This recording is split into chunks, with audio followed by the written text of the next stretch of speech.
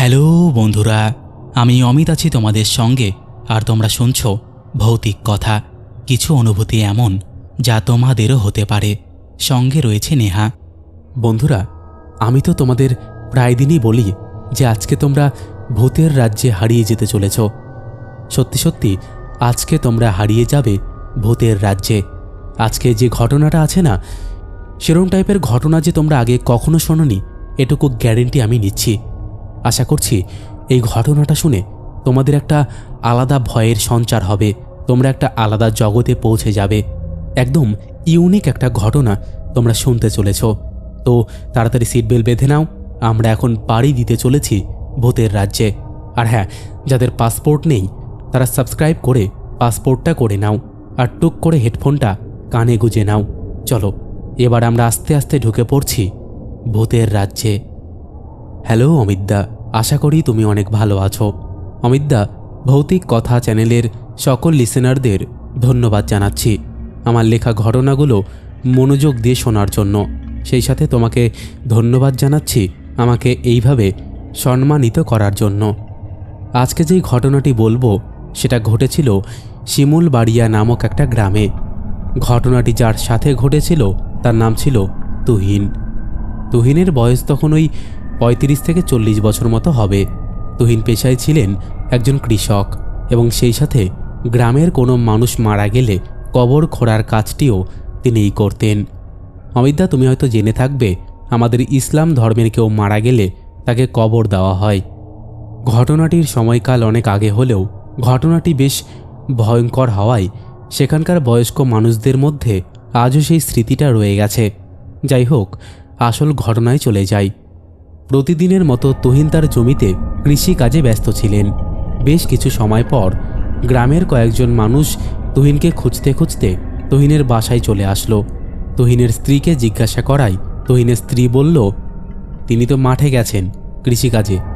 তুহিনের স্ত্রীর কথা মতো তারা সেই কৃষি জমিতে গিয়ে তুহিনকে পেলেন। তারপর তারা বলল, গ্রামের জমিদারের বাবা ভোর রাতে মারা গেছে, সেই জন্য তাকে কবর খুঁড়তে যেতে হবে।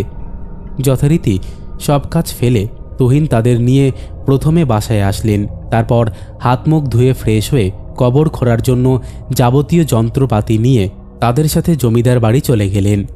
তারপর জমিদারের দেখানো নির্দিষ্ট একটা পারিবারিক কবরস্থানে যথারীতি কবর খোঁড়া শুরু হলো। তুহিনের জমিদার বাড়ির কিছু ব্যক্তি কবর খোঁড়ায় সাহায্য করছিল। বেশ কিছু সময় কবর খোঁড়ার পর একটা কঙ্কাল দেখতে পান তুহিন। যেহেতু ওই কবরস্থানটি জমিদারের পারিবারিক, সেহেতু বোঝাই যাচ্ছে এখানে যারা শুয়ে আছেন সবাই জমিদারের বংশের। কঙ্কাল দেখে সবাই ভয় পেলেও তুহিন ভয় না পেয়ে কবরের মধ্যে ঢুকে ভালো করে দেখতে লাগলেন যে এখানে কবর আর খোঁড়া যাবে কি না। হঠাৎ তুহিনের নজর পড়ে কঙ্কালের হাতের আঙ্গুলে মাটির সাথে একটা আংটি দেখা যাচ্ছে। কেন জানি না সেদিন তুহিনের মনে একটু লোভ কাজ করল। সে ভাবল, এই আংটিটা যদি সোনার হয় তাহলে সে অনেক টাকার মালিক হয়ে যেতে পারবে। এই জন্য তুহিন কোনো চিন্তা না করেই কৌশলে কঙ্কালটির আঙ্গুল থেকে আংটিটি খুলে লুকিয়ে রাখে। ওপরের লোকগুলো কঙ্কাল দেখে ভয় পেয়ে অনেকটা দূরে চলে যাওয়ার দরুন তুহিনের এই আংটি নেওয়ার বা পাওয়ার বিষয়টা কারো নজরে আসেনি।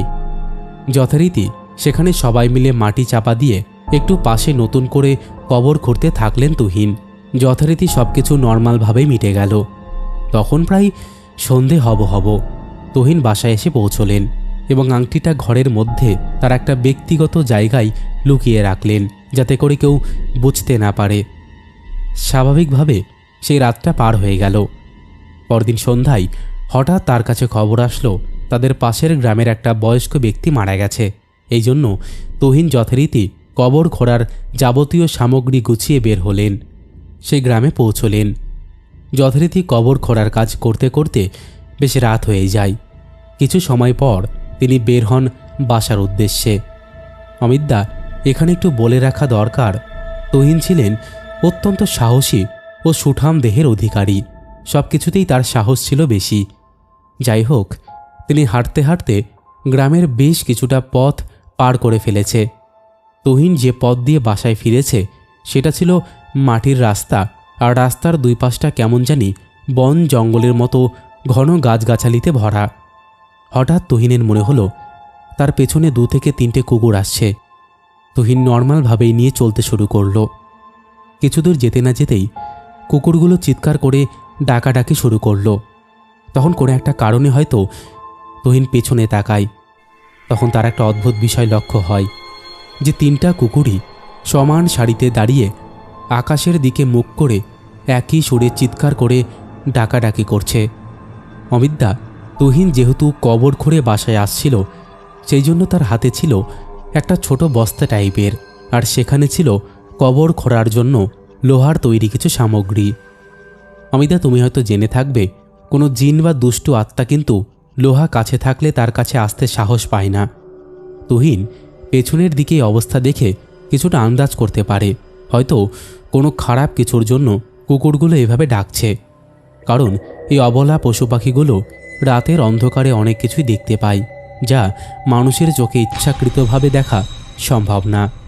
তবে হ্যাঁ, তুহিন কিন্তু তখনও বিন্দু মাত্র ভয় পায়নি। পুনরায় হাঁটা শুরু করলো তুহিন এবং এক পর্যায়ে তুহিন বাসায় এসে পৌঁছালো। তারপর স্ত্রীকে ডেকে তুলে তুহিন বাসায় ঢুকে ফ্রেশ হয়ে ঘুমিয়ে পড়ল। যথারীতি নর্মালভাবেই সকাল হলো। এখান থেকেই ঘটনার সূত্রপাত হয়েছিল। পরের দিন সকালে তুহিন ঘুম থেকে উঠে আংটিটা বের করল গোপন জায়গা থেকে এবং হাতের আঙ্গুলে পরার চেষ্টা করল। একটু চেষ্টা করতেই আংটিটা সুন্দর করে তুহিনের আঙ্গুলে ঠিকঠাকভাবে বসে গেল। অমিতদা, এখানে সকল লিসেনারদের ঘটনাটি বোঝার সুবিধার্থে আংটির বর্ণনাটা দিয়ে দিচ্ছি। তুহিনের কাছে আংটিটা যেটা ছিল সেটা ছিল স্বর্ণের এবং আংটির ওপরে খুব দামি একটা পাথর বসানো। আংটিটা হাতে পড়ে তুহিন ভাবল যে যেহেতু সেই জানে একমাত্র আংটিটার কথা, সেহেতু সে আংটিটা পরেই থাকবে। এটা ভেবে আংটিটা হাতে পড়া অবস্থায় বাসা থেকে গ্রামের দিকে বের হয়ে গেলেন। বাসা থেকে কিছু দূর আসার পর তুহিনের শরীরে কেমন জানি একটা অস্বস্তি বোধ হচ্ছিল, যেমন কোনো কারণ ছাড়াই তুহিনের মাথা ব্যথা শুরু হলো আর সেই সাথে বমি বমি ভাব।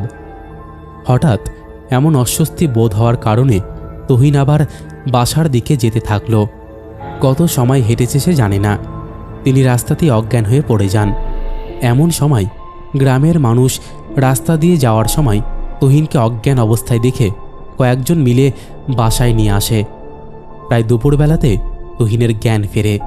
জ্ঞান ফিরলে তুহিন দেখতে পেল তার পাশে তার স্ত্রী আর বৃদ্ধ বাবা মা বসে আছেন, এছাড়াও কিছু পাড়া প্রতিবেশী।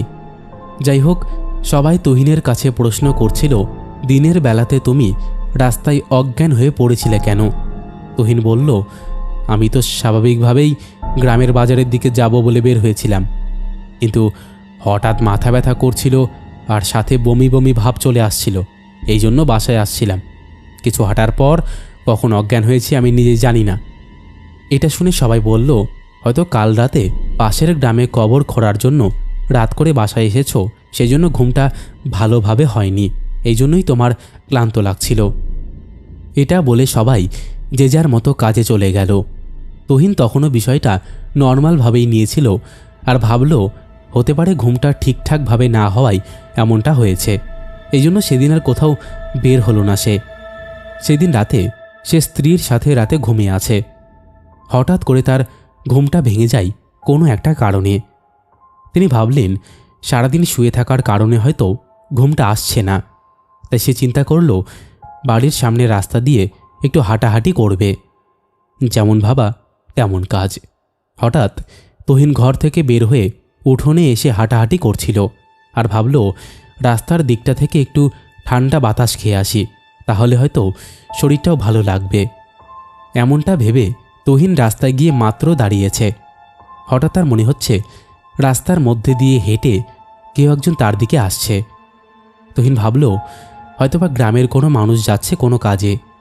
ধীরে ধীরে লোকটা তুহিনের সামনে দিক দিয়ে হেঁটে চলে গেল। তখন তুহিনের মনে হলো একটা ঠান্ডা বাতাস যেন তার পাশ দিয়ে চলে গেল। একই সাথে নাকে একটা পচা গন্ধ ভেসে আসতে থাকলো, আর গন্ধটা তুহিনের খুবই চেনা। অমিতদা আগেই বলেছি তুহিন কবর খোঁড়ার কাজ করত। যেহেতু বিভিন্ন কবর খোঁড়ার সময় তার সামনে পচা দুর্গন্ধ লাশ বের হয়ে যেত, হঠাৎ তুহিনের নাকে সেই পচা গন্ধটাই আসছিল। মনে হচ্ছিল যে মাংস পচা গন্ধ। তারপরও তিনি ভাবলেন সারাদিন এসব উল্টোপাল্টা হচ্ছে, তাই জন্যই হয়তো এমনটা মনে হচ্ছে। আবার তিনি ঘরে এসে শুয়ে পড়ে ঘুমানোর চেষ্টা করেন, কিন্তু কোনোভাবেই ঘুমোতে পারছে না তুহিন। সারা শরীরে যেন তার জ্বালা শুরু হয়ে গেল। এভাবে কিছু সময় চলার পর ফজরের আজানের শব্দ আসতে থাকে দূরের একটা মসজিদ থেকে। তারপর তুহিন কিছুটা স্বাভাবিকভাবেই ঘুমিয়ে পড়ে। সেদিন সকালে তুহিনের ঘুম থেকে উঠতে অনেকটা দেরি হয়ে যায়। তুহিনের স্ত্রী তাকে ডাক দিতেই তুহিনের ঘুমটা ভাঙে, কিন্তু তুহিন মাথা উঁচু করে বসে থাকার মতো অবস্থায় তখন ছিল না। তারপর তুহিনের স্ত্রী তার বাবা মাকে ডাকেন তাদের ঘরে। তুহিনের বাবা মা আসার পর তুহিন বলল, বাবা, গ্রামের বৈদ্য বা চিকিৎসককে ডেকে আনো, আমার শরীরটা কেমন জানি করছে, সারা রাত ঘুমোতে পারিনি, কেমন জানি শরীরের অবস্থাটা খারাপ হয়ে যাচ্ছে। এসব শুনে তুহিনের বাবা গ্রামের বৈদ্য বা চিকিৎসককে খবর দিয়ে বাড়িতে নিয়ে আসেন। চিকিৎসক এসে তুহিনের শরীরে কোনো সমস্যা না পাওয়ায় তুহিনকে বলল, এসব কিছু না, তুমি হয়তো কোনো বিষয় নিয়ে টেনশন করছো, তাই জন্য এমনটা হচ্ছে। তারপর কিছু ওষুধ দিয়ে চিকিৎসক চলে যান। পরের দিন রাতেও একই অবস্থা, তুহিন কোনোভাবেই ঘুমোতে পারছে না। এইভাবে অসুস্থ শরীর নিয়ে একটানা 3 দিন কেটে যায়। তুহিন ও তার বাবা এবার চিন্তা করে যে তুহিনকে নিয়ে শহরে বড় ডাক্তার দেখাতে যাবে। যথারীতি 3 দিনের মাথায় সকালে তুহিনের বাবা সব কিছু গোছগাছ করে শহরের উদ্দেশ্যে রওনা হন। শহরে ডাক্তার দেখিয়েও তারা কোনো রোগ ধরতে পারে না। অমিতদা, এখানে তুহিনের ব্যাপারে একটু বলে রাখা দরকার যে তুহিন কিন্তু দিনের বেলা ভালোই থাকে, তবে সন্ধ্যের পর থেকে তুহিনের অস্বাভাবিক আচরণ, যেমন মাথা যন্ত্রণা, চোখ লাল হয়ে যাওয়া, কথা এড়িয়ে যাওয়া, কথা বলতে বলতে কথা ভুলে যাওয়া ইত্যাদি সমস্যা দেখা দিত। যাই হোক, তুহিন ও তুহিনের বাবা শহর থেকে ফিরে আসতে আসতে বেশ রাত হয়ে যায়। শহর থেকে গ্রামের বাজার পর্যন্ত যানবাহন পেলেও বাজার থেকে তাদের বাসা পর্যন্ত কোনো যানবাহন না পাওয়ায় আর কোনো উপায় না পেয়ে তারা বাসার উদ্দেশ্যে হাঁটা পথেই রওনা দেন। বেশ কিছু দূর হাঁটার পর তুহিনের কানে আসতে থাকে কোন একটা বৃদ্ধ মানুষের কান্নার শব্দ। কান্নার সাথে সাথে কেমন জানি একটা ভাষায় সে কথা বলছে, তবে সেই ভাষাটার ব্যবহার ছিল খুব রাগান্বিত। তুহিন তার পাশে থাকা বাবাকে বলল, বাবা, তুমি কি কোনো কান্নার শব্দ শুনতে পাচ্ছ? তুহিনের বাবা বলল, কই না তো, আমি তো কিছু শুনতে পাচ্ছি না, তুই শুনতে পাচ্ছিস? কি শুনেছিস ওই সব দিয়ে মনোযোগ না দিয়ে বাসায় চল। কিন্তু তুহিন কোনোভাবেই সেই কান্নাটা এড়িয়ে যেতে পারছে না, কারণ তার মনে হচ্ছে শব্দটা তার পিছু পিছু তাদের সাথেই আসছে। সে দেখল পেছন থেকে কোনো এক বৃদ্ধ মানুষের কান্নার শব্দ সে পাচ্ছে। চারিদিকে খোঁজাখুঁজির পর যখন সে কোথাও দেখতে পেল না, তখনই তার নজর পড়ল অন্ধকারের মধ্যে দুটো চোখ দেখা যাচ্ছে। চোখ দুটো অস্বাভাবিক লাল হয়ে আছে, আর কান্নার শব্দ একটা জায়গায় স্থির ছিল না, একবার বাম পাশ থেকে একবার ডান পাশ থেকে এরকম করে কান্নার শব্দটা ঘুরে বেড়াচ্ছে তুহিনের চারপাশে। এক পর্যায়ে তুহিন ও তার বাবা বাসায় এসে পৌঁছালো। তখন প্রায় অনেক রাত হয়ে গেছে। বাসায় এসে তুহিন কেমন জানি আর্তনাদ করতে লাগলো যে সে নাকি কাউকে দেখতে পাচ্ছে তাদের বাসার উঠোনে, কিন্তু তুহিনের পরিবারের কেউই দেখতে পাচ্ছিল না। তুহিনের আর্তনাদ শুনে আশেপাশের প্রতিবেশীরা আসলো তাদের বাসায়। বেশি লোকজন জড়ো হওয়ার একটা মুহূর্তে তুহিন ধীরে ধীরে বেহুশ হয়ে পড়ে। তারপর তুহিনকে ঘরে নিয়ে শুইয়ে দেওয়া হয়। তুহিনের বাবা ও তুহিনের প্রতিবেশীদের মধ্যে একটা আলোচনা হলো যে তুহিনের অবস্থা দেখে তো স্বাভাবিক রোগ বলে মনে হচ্ছে না। তখন সবাই পরামর্শ করে সিদ্ধান্ত নিল যে কাল সকালে কবিরাজকে নিয়ে আসবে বাসায়। সারাটা রাত তুহিনের পরিবার ও প্রতিবেশীদের মধ্যে কিছু লোকজন জেগেই কাটিয়ে দিলেন। যথারীতি ভোর হলে তুহিনের বাবা তার সাথে একজন প্রতিবেশীকে নিয়ে পাশের গ্রামে গেলেন কবিরাজের কাছে। অমিতদা, যে কবিরাজকে তারা আনতে গেছেন, এই কবিরাজ ছিল অত্যন্ত জ্ঞানী একজন মানুষ। সব বিষয়ে তার জ্ঞান ছিল অনেক বেশি, যেমন বিজ্ঞান শাস্ত্র, ইতিহাস শাস্ত্র ইত্যাদি বিষয় নিয়ে তিনি গবেষণার পাশাপাশি ভৌতিক ব্যাপার নিয়েও কাজ করতেন। আশেপাশের অনেক গ্রামে তার নামে অনেক সুনাম ছিল। যাই হোক, সেদিন দুপুরে তারা পাশের গ্রামে গিয়ে কবিরাজের বাসায় পৌঁছালো। কবিরাজ তুহিনের বাবাকে বলল কেন তারা তাকে খোঁজ করতে এসেছে। তারপর তুহিনের বাবা সব খুলে বলল। সব কিছু শুনে কবিরাজ বলল, ঠিক আছে, তোমরা একটু অপেক্ষা করো, আমি বিকেলে তোমাদের নিয়ে তোমাদের বাসায় যাব। বিকেলের মধ্যে আমি সব কিছু গুছিয়ে নিচ্ছি। যথারীতি কবিরাজ তাদের দুজনের দুপুরে খাবার ব্যবস্থা করলেন। তারপর বিকাল হতেই কবিরাজ বলল, ঠিক আছে, চলেন এবার যাওয়া যাক। তারপর বেশ কিছু জিনিসপত্র নিয়ে কবিরাজ তাদের সাথে বের হয়ে গেলেন। তুহিনের বাসায় পৌঁছতে পৌঁছতে তাদের বেশ রাত হয়ে গেল। কবিরাজ তুহিনের বাসায় পা দিতেই ঘরের মধ্যে থেকে তুহিনের চিৎকারের আর্তনাদ শুরু হয়ে যায়। কবিরাজ তুহিনের বাসায় ঢুকে আরও একটা বিষয় লক্ষ্য করল, তা হলো তুহিনদের বাড়ির চারপাশটা অস্বাভাবিক হয়ে আছে। তুহিনের ঘরে ঢুকলেন কবিরাজ। তারপর তুহিনকে প্রশ্ন করলেন, কি বাবা, কি হয়েছে তোমার? তাকাও তাকাও, আমার দিকে তাকাও তো। কবিরাজ তুহিনকে শান্ত করার জন্য প্রথমে তার দিকে দোয়া কালাম পড়ে ফু দিতে থাকল। একটা পর্যায়ে কবিরাজের নজর যায় সেই আংটির দিকে। তখনই কবিরাজের চোখ বড় বড় হয়ে যায় এবং সেখানে উপস্থিত থাকা তাদের প্রতিবেশী ও পরিবারের সদস্যদের কাছে শুনতে থাকেন যে এই আংটিটি কি করে তুহিনের হাতের আঙ্গুলে আসলো। তখনই সবার নজর যায় তুহিনের আঙ্গুলের আংটিটার দিকে। এর আগে কিন্তু কারোরই কোনোভাবে সেই আঙ্গুলের দিকে নজর পড়েনি। পরিবারের সদস্যদের মধ্যে সবাই বলল, হুজুর, আংটিটা কবে পড়েছে, কোথায় পেয়েছে তাও তো জানি না। এরপর কবিরাজ তুহিনের বাবাও সেখানে উপস্থিত থাকা বয়স্কদের বললেন, তুহিনকে শক্ত করে ধরে রাখো, আমি আংটিটা খুলে নেব। সবাই আর কোনো প্রশ্ন না করেই তুহিনকে চেপে ধরল, কিন্তু হাজার চেষ্টা করেও তুহিনকে তারা চেপে ধরে রাখতে পারছে না। এভাবে টানা হিচড়া করার একটা পর্যায়ে তুহিনের আঙ্গুল থেকে আংটিটা খুলতে পারে কবিরাজ। তারপর ধীরে ধীরে তুহিনের শরীর দুর্বল হয়ে পড়ে। সেখানে থাকা লোকজন কবিরাজকে আংটিটার কথা জিজ্ঞেস করলেন যে আংটিটা আসলে কি আর কোথায় পেয়েছে সে। তখন কবিরাজ অদ্ভুত কিছু ঘটনার কথা বলে, যা এখানে ঘটনাটাকে আরও রোমাঞ্চকর করে তুলবে। বাকি ঘটনাটা কবিরাজের ভাষায় শেয়ার করছি। প্রায় 25-30 বছর আগের কথা। এই আংটিটা ছিল রমিত সর্দার নামে একজনের। এই রমিত সর্দার ছিলেন একটা দুষ্টু কবিরাজ। অর্থাৎ অমিতদা, দুষ্টু কবিরাজ বলতে বোঝায় ব্ল্যাক ম্যাজিক যারা করে। এই রমিত সর্দার তার আমলে সাধারণ মানুষের ক্ষতি করার জন্য এই আংটির ব্যবহার করতেন বলে শোনা যায়, যার ফলে এই আংটিটার ভেতরে আছে ক্ষমতা এবং কালো জাদুর প্রভাব। এই আংটির ভেতরে আছে দুষ্টু আত্মা বন্দী। এক পর্যায়ে গ্রামের সাধারণ মানুষ রমিত সর্দারের অত্যাচার সহ্য করতে না পেরে তখনকার জমিদারের কাছে নালিশ জানায়। নালিশ করার এক পর্যায়ে কবিরাজকে বন্দি করার হুকুম দিল জমিদার। জেলে বন্দি থাকা অবস্থায় রমিত সর্দারের মৃত্যু হয়। মৃত্যুর পর রমিত সর্দারের হাত থেকে আংটিটা খুলে নেওয়া হয়। তারপর এক পর্যায়ে আংটিটি তখনকার জমিদারের হাতে পড়ে। আংটিটা হাতে নিয়ে জমিদারের কেমন জানি মনে লোভ জন্মায়। তারপর যথারীতি জমিদার আংটিটি নিজের আঙ্গুলে পড়ে থাকবে বলে সিদ্ধান্ত নেন। আংটিটা পড়ার বেশ কিছুদিন পর সেই জমিদারের মৃত্যু হয়। তবে মৃত্যুটা স্বাভাবিক ছিল না, কারণ জমিদারের মৃত্যুর পর জমিদারের পুরো শরীর নীল বর্ণ ধারণ করেছিল এবং যে আঙ্গুলে আংটিটা পড়েছিল সেই আঙ্গুল থেকে কোনোভাবেই আংটিটা খোলা যাচ্ছিল না। এই জন্য এক পর্যায়ে আংটি থাকা অবস্থায় কবর দেওয়া হয়। অমিতদা, ঘটনার শুরুতেই আমি বলেছিলাম যে তুহিন কিন্তু আংটিটা একটা কবর খোঁড়ার সময় পুরাতন একটা কঙ্কালের কাছ থেকে পেয়েছিল। অর্থাৎ এই কবরটি ছিল সেই পুরাতন জমিদারের। এই ঘটনাটা শোনার পর তুহিনের বাবা এবং প্রতিবেশীরা বেশ অবাক এবং ভয় পেতে থাকে।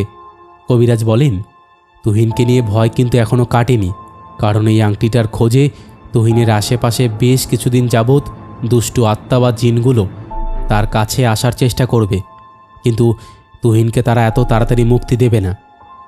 এরপর কবিরাজ বেশ কিছুক্ষণ চুপ করে থাকলেন। তারপর আবার বললেন, ঠিক আছে, দেখা যাক কতদিন এভাবে চলে। এরপর সবাই মিলে কবিরাজকে তুহিনের বাসায় থাকার জন্য অনুরোধ করলে এক পর্যায়ে কবিরাজ রাজি হলো এবং বলল তারা যেন রাত বিরতে কোথাও না বের হয়, কারণ আংটিটা যেহেতু খোলা অবস্থায় আছে সেহেতু সেই দুষ্টু আত্মা বা জিনগুলো পুরো গ্রামের মধ্যে আংটিটা খোঁজার চেষ্টা করবে।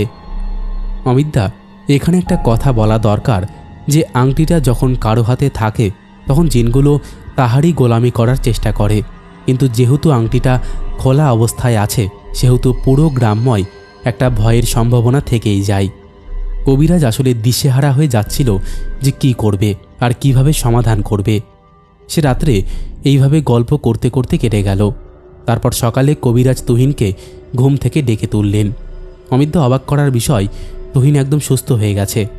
এরপর গ্রামের প্রতিবেশী এবং পরিবারের সদস্যদের সামনে এবং তুহিনের সামনে কবিরাজ প্রশ্ন করলেন যে আংটিটা তুমি কোথায় পেয়েছো। প্রশ্ন শুনে তুহিন কেমন জানি করছিল, লজ্জায় পড়ে যাওয়ার মতো অবস্থা। কিছু সময় চুপ করে থাকার পর তুহিন পুরো বিষয়টা খুলে বলল। এটা শুনে তুহিনের বাবা তুহিনকে বকাবকি করতে থাকে যে কেন সে এরকম অদ্ভুত একটা কবর থেকে এই আংটিটা নিয়ে বাসায় এসেছে এবং সেই আংটিটা কেন সে কাউকে না বলে হাতের আঙ্গুলে পড়েছে। তুহিন তখন মাথা নিচু করে কাঁদতে থাকে আর বলে তার একটা বড় ভুল হয়ে গেছে। তার মনের ভেতর কেমন জানি একটা লোভ সৃষ্টি হয়েছিল। কবিরাজ তখন তুহিনের বাবাকে থামিয়ে বলল, থামেন ভাই থামেন, বকাবকি করে কোনো লাভ নেই। এই আংটিটা আসলে এমন একটা জিনিস যার সামনে পড়বে সেই আংটিটার মায়ায় বা লোভে পড়ে যাবে।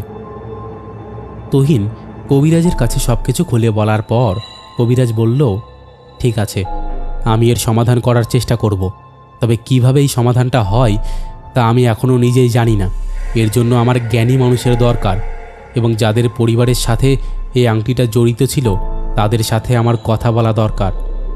সেদিন সবাই মিলে কবিরাজকে নিয়ে সেই জমিদারের বাসায় গেলেন। জমিদারকে সব কিছু খুলে বলার পর জমিদার বুঝতে পারে যে সেই আংটিটা আসলে তার দাদুর হাতে ছিল। অর্থাৎ অমিতদা এখনকার জমিদারের দাদু ছিল তখনকার জমিদার। সেই সূত্রে হয়তো আংটিটা ওই কবরস্থান থেকেই পাওয়া গিয়েছিল। জমিদারের কাছে কিছু প্রশ্ন করার জন্য কবিরাজ অনুমতি চাইল। গ্রামের সকল মানুষের ভালোর জন্য কবিরাজ বলল, হ্যাঁ, আপনি আমাকে প্রশ্ন করতেই পারেন।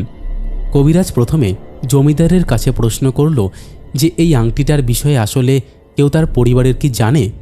তখন জমিদার বলেছিল যে তার বাবা কোনো একটা গল্পের মাধ্যমে নাকি এই অদ্ভুত আংটিটার কথা একসময় তাকে বলেছিল, কিন্তু তার বাবা তো বেশ কিছুদিন আগে মারা গেছে। কবিরাজ তখন বলল যে আপনার বাবার বয়সী বা আপনার বাবার প্রতিবেশীদের কাছে এমন ঘটনা কি শোনা যাবে? জমিদার বলল, হ্যাঁ, অবশ্যই যাবে। তখন জমিদারের কথাই সারা গ্রাম জানানো হলো যে কোনো অদ্ভুত আংটির কথা কেউ যদি জেনে থাকে তাহলে তারা যেন জমিদারের সাথে দেখা করে। যথারীতি সেদিন বিকেলে একজন বয়স্ক ব্যক্তি এসে জমিদারের কাছে জানান দেয় যে সে এই আংটির বিষয়ে জানে। কিন্তু অমিতদা অবাক করার বিষয় হলো যে ব্যক্তিটি আংটির বিষয়ে জানে বলে বলল তাকে কখনো এই গ্রামে কেউ নাকি দেখেনি, এমনকি জমিদারও তার খবর জানে না। সেই জন্য জমিদার বলল, আপনার পরিচয় আর এই আংটির ব্যাপারে আপনি জানেন? কিন্তু সেই ব্যক্তিটি পরিচয় দিতে রাজি হলো না, এমনকি বাসা কোথায় কোথায় থেকে এসেছে তা বলতে রাজি হলো না। বেশি জোড়াজুড়ি না করে কবিরাজ ও জমিদার বলল, আপনি আংটির বিষয়ে কিছু জেনে থাকলে বলুন। তখন সেই ব্যক্তিটি কিছু অদ্ভুত বিষয়ে বলে যা বিশ্বাস করা সহজ হলো না তাদের। যেমন সেই ব্যক্তিটি বলল, এই আংটিটা কোনো মানুষের তৈরি নয়, এই আংটিটার ভেতরে আছে অসীম ক্ষমতা। এই আংটিটা ছিল জিনেদের সর্দারের। দাদা, তুমি হয়তো জানলে অবাক হবে যে জিনেদেরও কিন্তু সর্দার থাকে। যাই হোক, লোকটি আরও বলল, রমিত সর্দার কোনোভাবে জিন সর্দারের কাছ থেকে ভুলিয়ে ভালিয়ে বা কোনো ক্ষতি করার কথা বলে এই আংটিটা সে নিজের করে নেয়। তবে আংটিটি নেওয়ার সময় জিন সর্দার রমিত সর্দারকে বলেছিল যে আংটিটা যদি তুই কখনো খারাপ কাজে ব্যবহার করিস তাহলে তোর ক্ষতি হবে এবং এই আংটিটা যার কাছেই থাকুক না কেন তাকেই মৃত্যুবরণ করতে হবে। রমিত সর্দার তখন জিন সর্দারের কথাগুলো মাথায় না নিয়ে দুষ্টু কাজে এই আংটিটা ব্যবহার করতে লাগলো। তারপরের ইতিহাসটুকু তো সবারই জানা। এবার কবিরাজ জমিদার সে ব্যক্তির কাছে শুনলেন এই আংটিটা কিভাবে ফিরিয়ে পাওয়া যাবে এবং কিভাবে এর শক্তি নষ্ট করা যাবে, কিন্তু সেই ব্যক্তিটি কোনোভাবেই তার উত্তর দিচ্ছিল না। তবে সে এটুকু বলেছিল যে যেহেতু আংটিটা খোলা অবস্থায় আছে সেহেতু পুরো গ্রামের উপর ক্ষতি হবে। লোকটির কথা শুনে আসলে প্রথমে কেউ বিশ্বাস করতে পারছিল না। এসব বলে লোকটি নিজের ইচ্ছাই বের হয়ে গেল। তারপর যথারীতি কবিরাজ এবং জমিদার সাথে গ্রামবাসী এক জায়গায় বসে পরামর্শ করে, কিন্তু কোনো সমাধানের পর্যায় বের করতে পারে না। সবাই যে যার বাসায় চলে যায়। আংটিটা যেহেতু কবিরাজের কাছে ছিল, সেই জন্য কবিরাজের হয়তোবা তেমন কোনো সমস্যা হচ্ছিল না।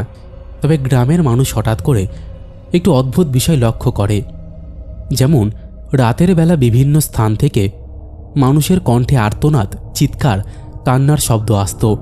যেহেতু কবিরাজ সবাইকে রাতে বের হতে মানা করেছিল, সেহেতু কেউ বের হতে চাচ্ছিলেন না। এই ঘটনার প্রায় 4 থেকে 5 দিন পর তুহিনের অস্বাভাবিকভাবে মৃত্যু হয়। তুহিনের মৃত্যুর পর গ্রামে নেমে আসে ভয়ের আতঙ্ক। কবিরাজ থাকা অবস্থায় তুহিনের মৃত্যুটা কেউ মেনে নিতে পারছিল না, কারণ সবাই জানত তুহিনের কোনো একটা ক্ষতি হবেই, তবে মৃত্যু হবে এমনটা আশা কেউ করেনি।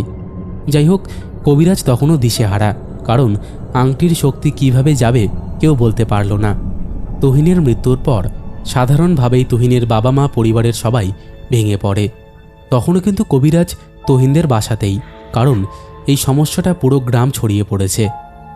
যাই হোক, তুহিনের মৃত্যুর 3-4 দিনের মাথায় কবিরাজ কোনো একটা কারণে রাতে ঘুম না আসায় জানলা দিয়ে বাইরে তাকিয়েছিলেন। তখন তার মনে হলো বাসার উঠোনে কেউ একজন দাঁড়িয়ে আছে। কবিরাজ দরজা খুলতেই সেখান থেকে কেউ দৌড় দিয়ে চলে গেল। কবিরাজ কিছুটা আন্দাজ করে বুঝতে পারল এটা কোনো নর্মাল বিষয় না, এটা কিছু অ্যাবনর্মাল বিষয় তো আছেই।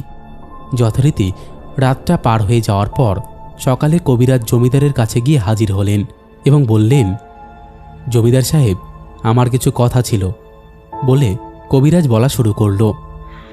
গ্রামের ভেতরে কিন্তু অদ্ভুত বিষয় শুরু হয়ে গেছে। আমি এটা কখনোই একা সমাধান করতে পারবো না। এই জন্য আশেপাশের গ্রাম থেকে কিছু কবিরাজ দরকার, কিছু সাহসী মানুষেরও দরকার। একথা শুনে জমিদার যথারীতি লোকজন পাঠিয়ে 2 দিনের মধ্যে আশেপাশের গ্রাম থেকে 2জন বাকসাহসী লোককে নিয়ে আসলো। উপস্থিত থাকা গ্রামের সকল কবিরাজ জমিদারকে বলল কেন তাদেরকে ডাকা হয়েছে।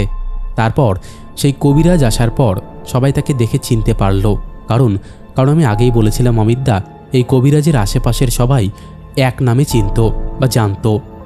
সব কবিরাজের গুরু ছিল এই কবিরাজ, তবে একার পক্ষে এই ঘটনা সমাধান করা সম্ভব হচ্ছিল না। তারপর যথারীতি সেই কবিরাজ সকলকে নিয়ে আলাদা একটা রুমে গেলেন এবং সকল বিষয় খুলে বললেন। বলার পর তারা সব কিছু সমাধান কিভাবে করবে এর জন্য একটা পরামর্শ নিলেন এবং যে যার মতো কাজ বুঝে নিলেন। মূল কবিরাজটার কাজ হলো তারা গ্রামে একটা আসন বসিয়ে কোনোভাবে জিনকে ডেকে এর সমাধান করার চেষ্টা করবে। যথারীতি সেই দিন রাতে তারা আসন বসালো এবং জিনকে হাজির করল। সে ঘটনাটা সাধারণ মানুষ পরে জানল।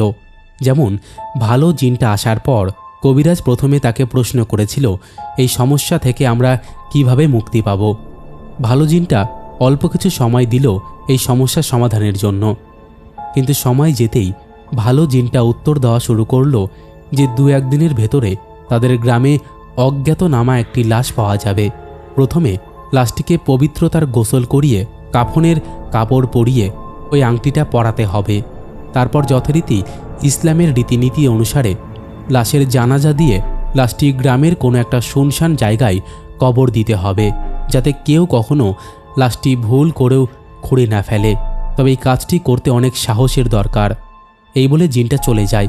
তারপর কবিরাজ এবং বাকি যারা এসেছে পরে তাদের মধ্যে আলোচনা করে সব কিছু গোছগাছ করা হয়। যথারীতি 2 দিনের মাথায় গ্রামের শেষ রাস্তার পাশে একটা লাশ পাওয়া যায়। অমিতদা, লাশটি দেখে যারা চিনতে পারে যে এই লাশটি ছিল জমিদারের কাছে হাজির হওয়া সেই অজ্ঞাত ব্যক্তিটা। তখন তারা যথারীতি লাশটিকে গোসল করিয়ে সুন্দর কাফনের কাপড় পরিয়ে আংটিটা সেই লাশের আঙ্গুলে পরিয়ে গ্রামের শেষ মাথায় একটা জায়গা দেখে কবর দেওয়া হয়। সেদিন রাতে কবিরাজ ও বাদবাকি ব্যক্তিগুলো জমিদারের বাসায় অবস্থান করেছিল।